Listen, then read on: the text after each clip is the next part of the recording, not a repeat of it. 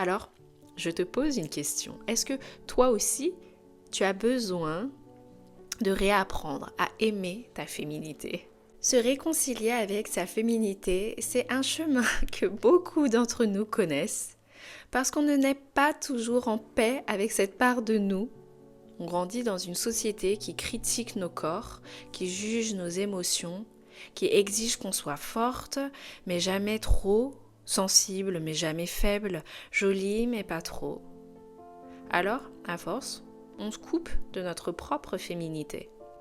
Il y a celles qui ont eu honte de leur corps, celles qui ont vu leurs règles comme une malédiction, celles qui ont entendu qu'elles étaient trop bruyantes, trop fragiles, trop compliquées.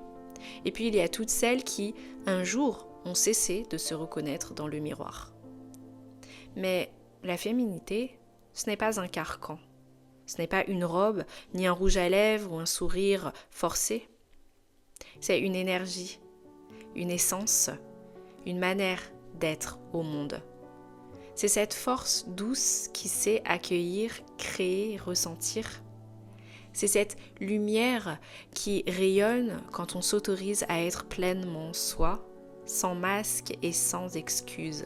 Se réconcilier avec sa féminité, c'est réapprendre à écouter son corps au lieu de le juger.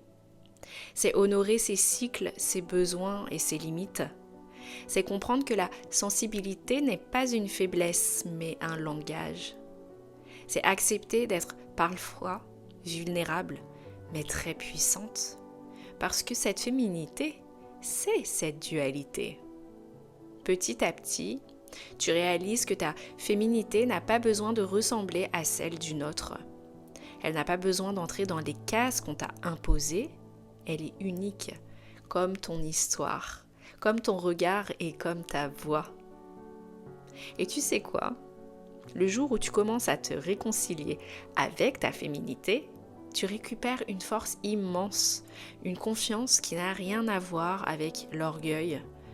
C'est plutôt un ancrage qui t'aide à marcher dans la vie, sans plus chercher à prouver, mais simplement à être.